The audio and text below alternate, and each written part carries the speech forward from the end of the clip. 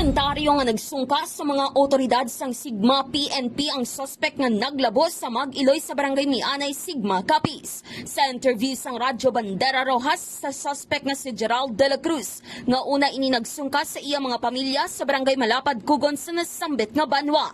Inibangod gin pahayag sini nga pila kadlaw na ini nagatiner sa kabukiran, kag wala na sa makaon kag hindi na matulugan sa iya ginhimo nga krimen. Sadtong Hunyo 20 kun sa din ginlabo sini ang Mag-Iloy. Suno kay De La Cruz nga una ini nagpadulong kahapon sang mag-aga sa pulian sang iya tiyo nga si Ronilo De La Cruz sa sitio Alimpangon, Barangay Malapad, Kugon sa amo nga banwa. Bangod diri, gilayon sila nagpangayo sang bulig sa mga otoridad sang Sigma PNP kag mga barangay officials. Kag natigayon nga madala sa Sigma Municipal Police Station ang nasambit nga suspect. Dugang pa ni Gerald nga mangin ini hindi makapati sa iya ginhimo nga krimen.